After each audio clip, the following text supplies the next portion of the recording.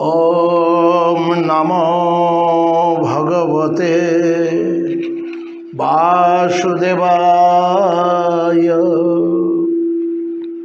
जं व्राव्रजन्तं मनुपेतमपेतकृत्य दैपायनो विरह कातर आजुहाव। पुत्रेति तानमयतया तरवोऽभिनेदो तां सर्वभूतहृदयं मुनिमानतोऽस्मि। श्रीमद्भागवत महापुराण चतुर्थ स्कंध। नारद मुनि भगवानेर शुद्ध भक्तेर माध्यमे जीवनेर चरम उपदेश राजा प्राचीन बलिर प्रति। श्री नारद उवाच पुरुषं पुरंजनं विद्यात् यद्व्यनक्त्यात्मनः पुरम् एकदृति चतुष्पादं बहुपादकम्।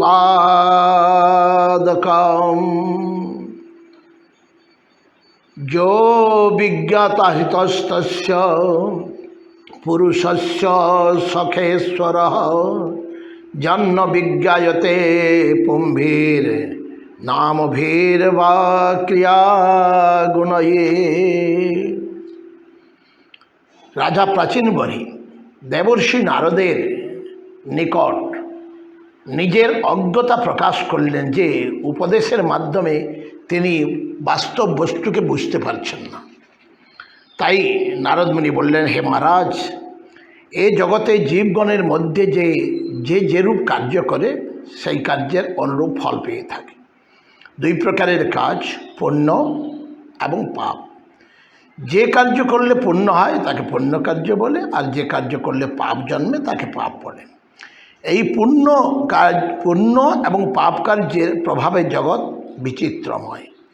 পুণ্য কার্য শাস্ত্রে কর্তব্য রূপে উপদেশ করা হয়েছে, আর পাপ কার্য শাস্ত্রে নিষিদ্ধ রূপে বলা হয়েছে।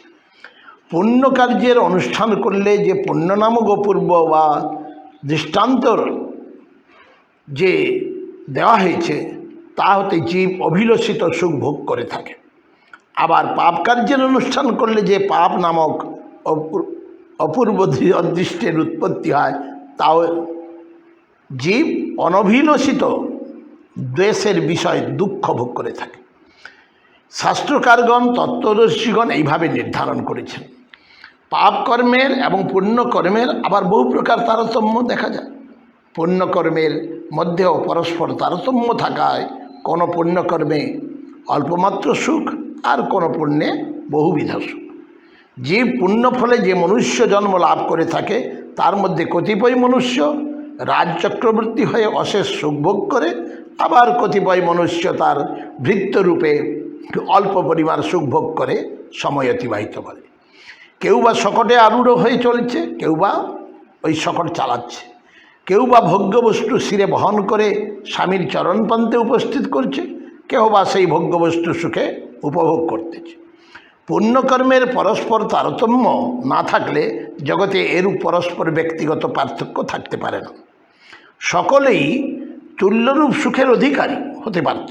কাজেই বুঝতে হবে জীব নিজ কর্মের গুরুত্ব ও লঘুত্ব বশত যে গুরু ও লঘু পুণ্যের ও পাপের অধিকারী হয় সেই পুণ্য ও পাপের বলাবল অনুযায়ী তাকে সুখ দুঃখ ভোগ করতে হয়। জগতে জীবের দেহ নানা প্রকার দেখা যায়। কোনো জীব কৃমি দেহ, কোনো জীব মনুষ্য দেহ, আবার হস্তি প্রবৃত্তি কোনো জীব বিশাল কায় পশুর দেহ। এই যে জীবের হচ্ছে নিজ কর্মের সৃষ্টি। নিজ নিজ কর্মই জীবকে বিভিন্ন আকার দেহ সৃজন করে দেয়। এই জন্যই আমি জীবকে তোমার নিকটে পুরঞ্জন বলে বলেছি। আবার আমার কথিত যে পুরঞ্জন নামক প্রকৃত রাজা নয়, জীবাত্মা নিজ কর্ম অনুযায়ী মনুষ্য আদি শরীর উৎপাদন করে বলে এই জীবাত্মাকে পুর, অর্থাৎ শরীরকে নিজ কর্ম অনুযায়ী যে উৎপাদন করে এই অর্থে পুরঞ্জন। সেই পুরঞ্জন বা জীবাত্মার সখা বলে যার উল্লেখ করেছে, যার নাম ও ক্রিয়া অভিজ্ঞাত, তিনি ঈশ্বর। কারণ জীব যখন সংসারে কর্ম অন্ধ হয়ে দুঃখের সাগরে হাবুডুবু খেতে থাকে, তখন সেই পরমেশ্বরী কৃপা পরবশ হয়ে তাকে সেই সংসার সাগরতে উত্তীর্ণ করেন। জগতে যত কিছু কর্ম আছে, যে যাই করুক, সকল কার্যের তিনি একমাত্র পরিচালক। অদৃষ্ট অনুযায়ী জীব সুখ দুঃখ ভোগ করে বটে, কিন্তু সেই অচেতন অদৃষ্টেরও একমাত্র সেই শ্রী ভগবানই যে পরিচালক। এই জন্যই অর্জুন ভগবানে সম্পূর্ণরূপে আত্মনির্ভর করে বলেছিলেন শ্রীমদ্ ভগবদ্গীতায়, জানামি ধর্মং নচমে প্রবৃত্তি, জানাম্যং ধর্ম নচমে নিবৃত্তি, তয়া ঋষিকেশ হৃদয় স্থিতেন যথা নিযুক্তস্মি তথা করণ। তাৎপর্য, হে ভগবান, আমি ধর্ম জেনেও প্রবৃত্ত হতে পারছি না, আর অধর্ম জেনেও তার থেকে নিবৃত্ত হতে পারছি না। তুমি আমার হৃদয়ে আমাকে যেরূপভাবে চালাচ্ছ, ঠিক সেইভাবে আমি চলছি। জীবের সেই সখা ভগবান অচিন্ত প্রভাব পরমেশ্বর প্রকৃতপক্ষে কী নামে অভিহিত, কিংবা তার প্রকৃত ক্রিয়াবলী কীরূপ, তাকে বলতে পারে কেউই যথার্থরূপে তা জানে না। এই জন্যই তাকে অভিজ্ঞাত বলা হয়েছে। এখন এই পুরঞ্জনের কথা বলে তাকে তার নির্দিষ্ট করেছে, তাই বুঝতে হবে। জীব নিজ কর্মবশে যে সকল শরীর পরিগ্রহ করে, তার মধ্যে মনুষ্য শরীর উৎকৃষ্ট, কারণ মনুষ্য শরীরে যে সকল ভোগের উপকরণ অন্য কোনো শরীরে দেখা যায় না। অন্য শরীরে কোনটি একপদ, কোনটি দ্বিপদ, কোনটি ত্রিপদ, কোনটি চতুষ্পদ, কোনটি বা ততোধিক হলেও মনুষ্য নবদ্বার যুক্ত মনুষ্য দেহ দ্বারা সমীচীন রূপে যে সকল ইষ্ট কার্য নির্বাহিত হয়, অন্য শরীরে তা হয় না। বিশেষত মনুষ্য দেহে জীবের যেরূপ বুদ্ধিবৃত্তি অন্য কোনো দেহে সেরূপ দেখা যায় না। অতএব জীব যখন প্রকৃতির গুণ সুখ আদি সম্পূর্ণরূপে উপভোগ করতে ইচ্ছা করে, তখন তিনি সর্বপ্রকার দেহের মধ্যে মনুষ্য দেহকেই সমীচীন মনে করে। কর্ম তখন তাকে মনুষ্য দেহে যুক্ত করে দেয়। জীব তখন মনুষ্য দেহে আশ্রয় করে সম্পূর্ণ সুখ আদির অনুভব করে থাকে। স্বচ্ছ বুদ্ধিবৃত্তির উন্মেষে তার অভীষ্ট তখন অপূর্ণ থাকে না। এখন আলোচনা করে দেখো, যে মনুষ্য দেহ প্রাপ্ত হয়েছে, এরা সর্বপ্রকার স্বার্থ সাধনের উপযোগী। ইচ্ছা করলে তুমি এই দেহের দ্বারা সুখের চরম সীমায় উপনীত হতে পারো। এরূপ দেহ তুমি আর পাবে না। অথচ তুমি তদ্বিষয়ে উদাসীন হয়ে পশু হিংসা আদি পাপ প্রবৃত্তির সহিত কাল কাটাচ্ছ। এমন উপকরণ সমন্বিত সর্বশরীরের মধ্যে উৎকৃষ্ট মনুষ্য দেহ লাভ করে পরম পদের উপযোগী কার্যে তাকে চালিত না করে যে অত্যন্ত অন্যায় আচরণ করছো, ইহা দুঃখের বিষয়, সন্দেহ নেই। তাই বলি, তুমি এই উৎকৃষ্ট দেহের পার্থক্য সম্পাদন করো, কেবল কর্মকাণ্ডের মোহে অন্ধ থাকো না। আমি যে তোমার নিকট প্রমদার কথা বলেছি, এই প্রমদা বাস্তবিক কোনো রমণী নয়, বুদ্ধি বা অবিদ্যাকেই আমি প্রমদারূপে বর্ণন করেছি। বুদ্ধি হতেই জীবের অহংকার বা অভিমান। জীব যে সংসারী হয়ে আমি আমার ইত্যাদি জ্ঞান প্রাপ্ত হয়, ইহা এই বুদ্ধিতত্ত্ব হতেই উৎপন্ন। অহংকার তত্ত্বেরই প্রভাব। দেহ অবলম্বন করে জীব এই বুদ্ধিতত্ত্বের অধিষ্ঠাত্রী রূপ ইন্দ্রিয় সমূহের সাহায্যে বিষয় ভোগ করে থাকে। সংসারী মনুষ্যের পক্ষে বিষয় ভোগ কর্মে যেমন স্ত্রী প্রধান সহায়, সেই রূপ জীবাত্মার বিষয় ভোগ বিষয়ে আধ্যাত্মিকভাবে বুদ্ধিতত্ত্ব বা অবিদ্যাই প্রধান সহায়। বুদ্ধিতত্ত্বে যে সকল বিষয় ইন্দ্রিয়র দ্বারা প্রতিফলিত হয়, পুরুষ তাকে ভোক্তা বলে। বুদ্ধি ইন্দ্রিয় দ্বারা বহির্গমন করে বাহ্য বস্তুর আকারে যেমন আকারিত হয়, ওই বস্তুর প্রতিবিম্ব নই পুরুষ ওই বিষয়ের ভোক্তা বলে আখ্যা। কাজেই দেখা যায় বুদ্ধি জীবের বিষয় ভোগে প্রধান সহায়কারিণী এবং ইন্দ্রিয় তার দ্বার। এই জন্য বুদ্ধিকে প্রমদা বলা হয়েছে। পূর্বে যে পুরো রক্ষক, এখন এই যে প্রমদার 10টি ভৃত্যের কথা বলা হয়েছে, 10টি ভৃত্য কিন্তু বুদ্ধির প্রধান সহায় বলে তাদিগকে বন্ধু বলা হয়েছে। এই 10টি ভৃত্য 10টি ইন্দ্রিয়, চক্ষু কর্ণ নাসিকা জিহ্বা ত্বক 5টি জ্ঞানেন্দ্রিয় এবং বাক পানি পাদ পায়ু উপস্থ এই 5টি কর্মেন্দ্রিয়। সমষ্টিতে 10টি ইন্দ্রিয়। 5টি জ্ঞানেন্দ্রিয়র মধ্যে চক্ষু কর্ণ শব্দাদির জ্ঞান, নাসিকা ঘ্রাণের গন্ধ জ্ঞান, জিহ্বা রসনা, ত্বক স্পর্শ জ্ঞান। ইহা বুদ্ধির সাহায্যে গ্রহণ করে থাকে। আর বাক বচন, পানি গ্রহণ, পাদ গমন, বায়ু বিসর্জন এবং উপস্থ আনন্দ দানরূপ ক্রিয়া উৎপাদন করে। কাজেই দেখা যায় 5টি জ্ঞানেন্দ্রিয় জ্ঞান উৎপাদন করে এবং 5টি কর্মেন্দ্রিয় কর্ম উৎপাদন করে, বুদ্ধির ভৃত্য বা সখার কার্য করে। ওই ইন্দ্রিয় আবার বৃত্তি বা ব্যাপার ছাড়া কোনো কার্য করতে পারে না বলে ইন্দ্রিয় বৃত্তিগুলিকে এর সখী রূপে বলা হয়েছে। এক একটি ইন্দ্রিয়ের অসংখ্য বৃত্তি এই অংশের দ্বারা বলা হয়েছে। আগে যে পুররক্ষক একটি সর্পের কথা বলা হয়েছে, ইহা প্রাণবায়ুর প্রাণ, অপান, সমান, উদান ও ব্যান, এই 5টি বৃত্তিকে পুররক্ষক সর্পের 5টি মস্তক অথবা শির বলে বলা হয়েছে। প্রাণবায়ুকে কী কারণে সর্প বলে ব্যাখ্যা করেছে এবং সর্পের সহিত তার কিরূপ সাদৃশ্য না পূর্বে কথা প্রসঙ্গে প্রকাশ করা হয়েছে, এজন্য আর বলছি না। পূর্বে 10টি ভৃত্যের পরিচালক একটি মহাভট্টের কথা বলা হয়েছে। ওই মহাভট্ট মন। বহিরিন্দ্রিয়ের চক্ষু প্রবৃত্তিকে মন যেমন যে পথে চালায় সেই পথেই চলতে থাকে।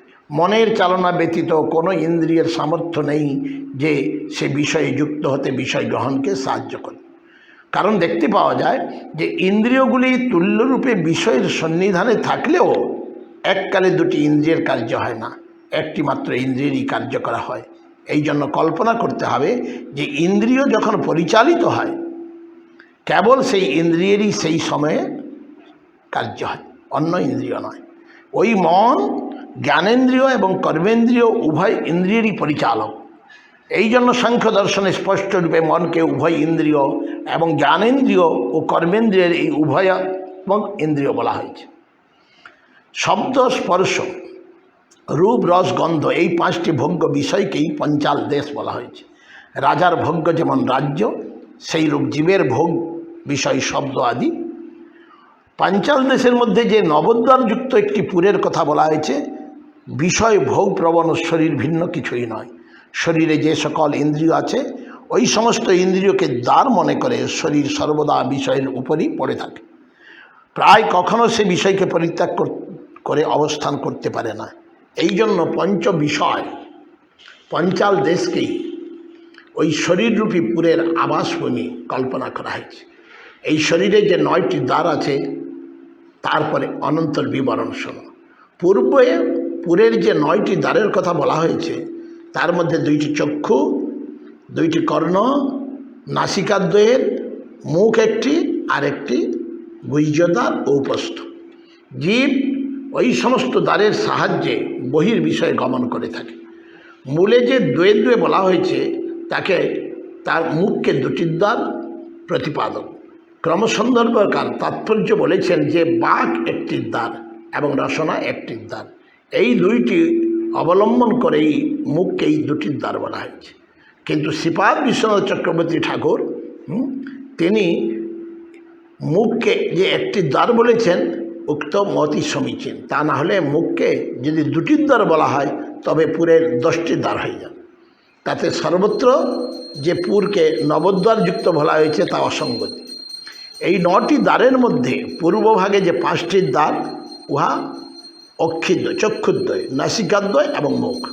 শরীরের পূর্বার্ধ বলতে গেলে যেমন শরীরের উপরিভাগ, সেই রূপে স্থলে শরীরের উপরিভাগকে পূর্ব বলেছে।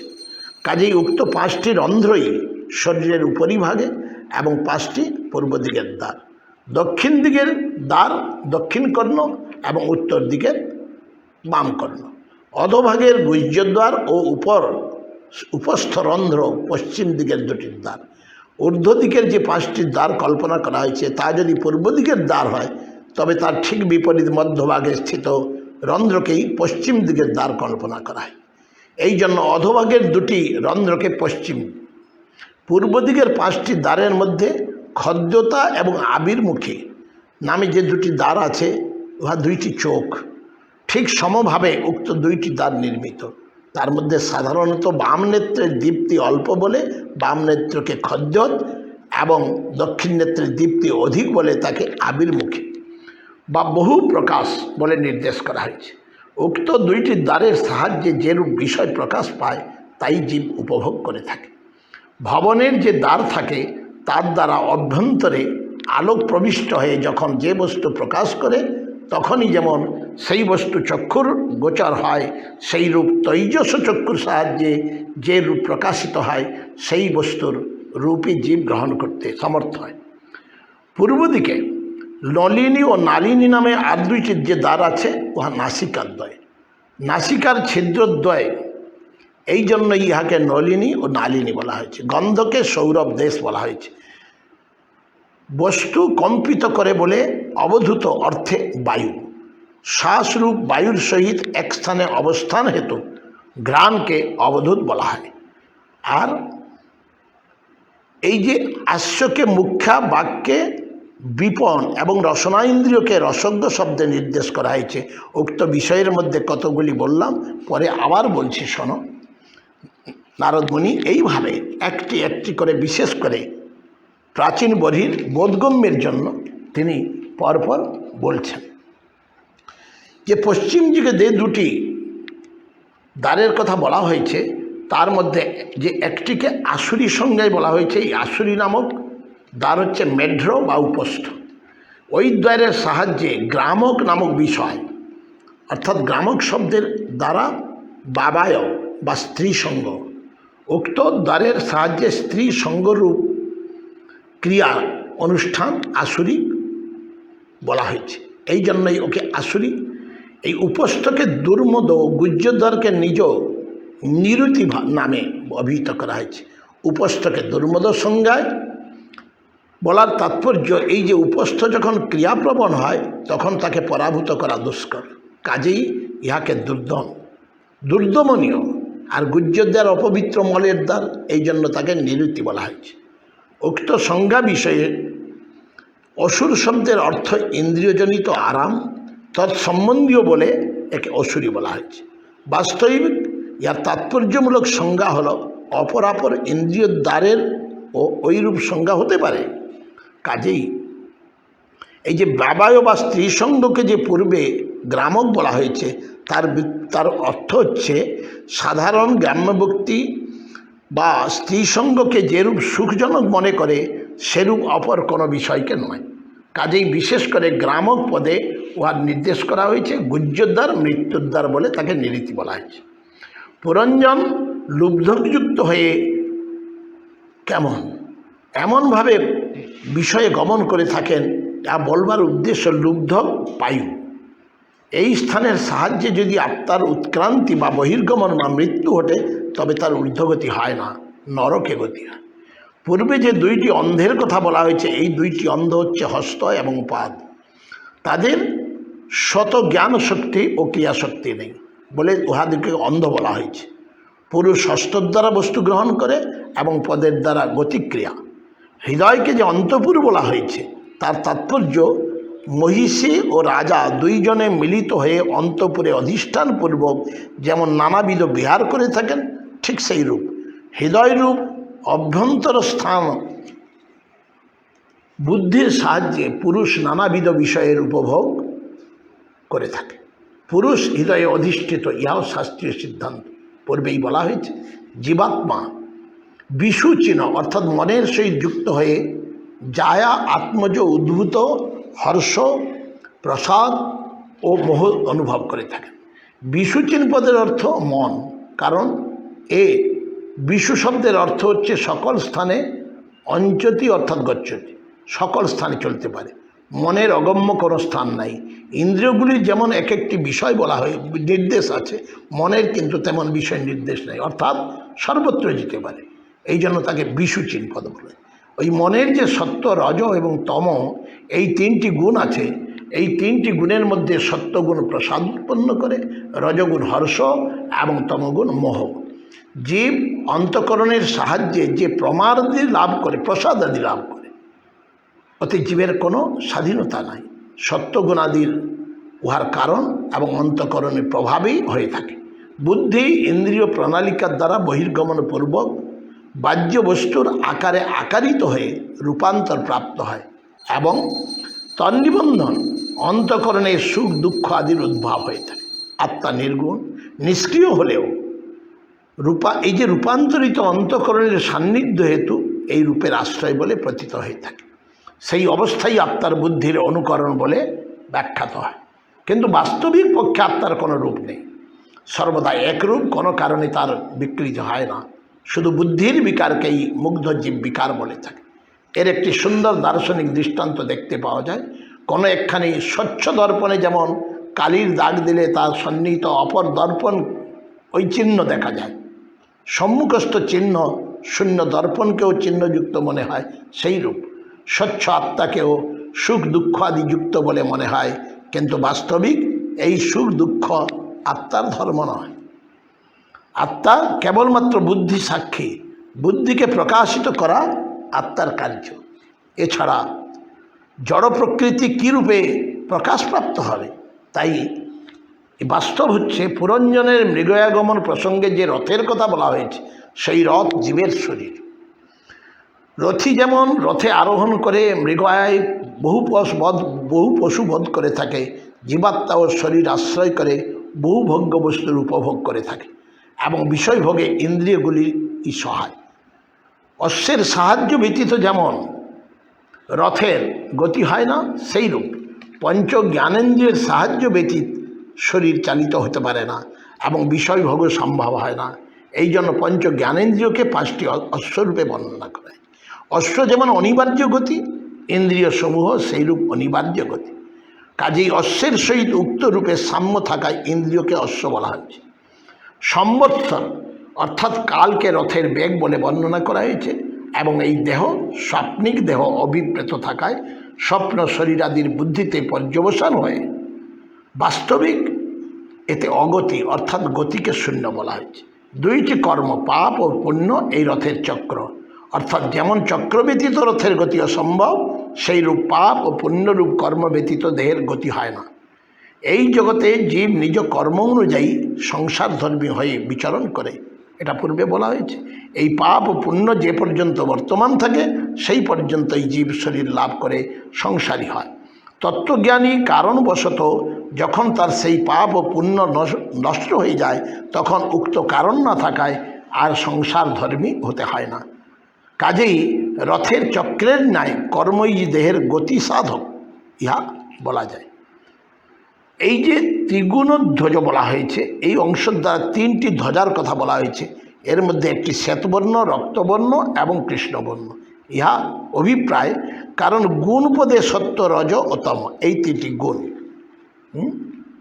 সুতরাং সত্য, রজ এবং তম এই 3টি গুণের যথাক্রমে শুক্র, শোণিত, লোহিত এবং কৃষ্ণ এই 3টি বর্ণের কথা বলা হয়েছে।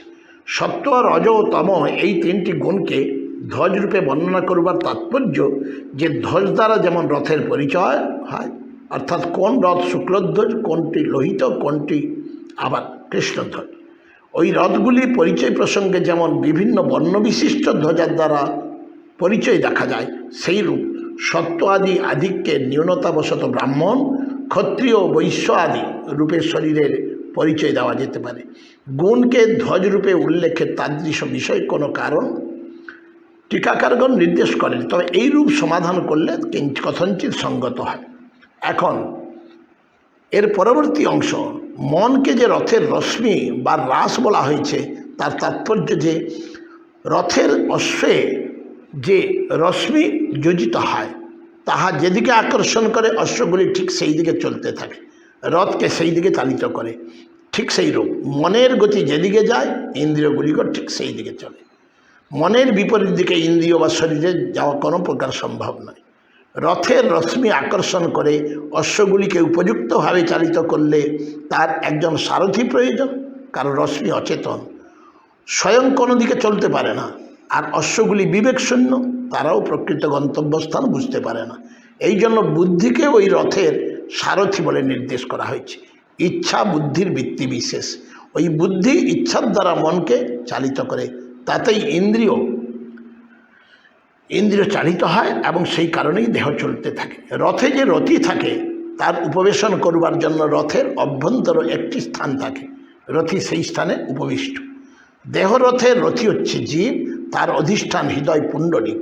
এই জন্যই হৃদয়কে বা হৃদয় পুণ্ডরিককে নীড় বা রথীর উপবেশন বলা হয়েছে। এই যে রথ পঞ্চ জ্ঞানেন্দ্রিয়ের বিষয় শব্দ আদি উদ্দেশ্যেই চালিত হয়ে থাকে। যেখানে ভোগ্য বিষয় পাওয়া যায় সেই দিকেই সংসারীর দেহ অগ্রসর হতে থাকে। কারণ সংসারী যে বিষয় ভোগ করে সুখী কামনা করে, কাজেই অনুকূলভাবে তার প্রবর্তন হয়। সপ্ত ধাতুকে রথ রক্ষার উপযোগী চর্ম আদি আবরণ বলা হয়েছে। এর তাৎপর্য অবিকৃত সপ্ত ধাতুই শরীরের পরিপোষক। যতক্ষণ পর্যন্ত শরীরের সপ্ত ধাতু অবিকৃত থাকে ততক্ষণ পর্যন্ত শরীর অবসন্ন হয় না।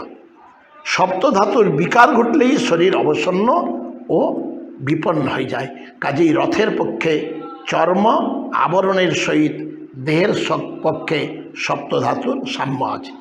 পঞ্চকর্মেন্দ্রিয়কে বিক্রম বা গতিবিশেষ বলা হয়েছে। রথের গতি নানা প্রকার, পঞ্চকর্মেন্দ্রিয়েরও ক্রিয়াও নানা প্রকার। অতএব উক্ত নানা প্রকার বচন আদান প্রবৃত্তি কর্মগুলি রথের বিভিন্ন প্রকার গতির সহিত সাদৃশ্য, এই জন্যই আরোপ করা হয়েছে এখানে। প্রাণীবধ করে লোক যেমন আত্মবিনোদন করে, সেই রূপ পঞ্চ ইন্দ্রিয়ের দ্বারা জীব অন্যায্য রূপে বিষয় ভোগ করে যে আত্মবিনোদন করে থাকে, ইহা কেবলমাত্র কামনার প্রভাব। একাদশ ইন্দ্রিয়ের অধিনায়ক জীব এই ইন্দ্রিয়গুলির সাহায্যে যে কত অন্যায্য বিষয়ের অনুষ্ঠান করে তার কোনো ইয়ত্তা নাই।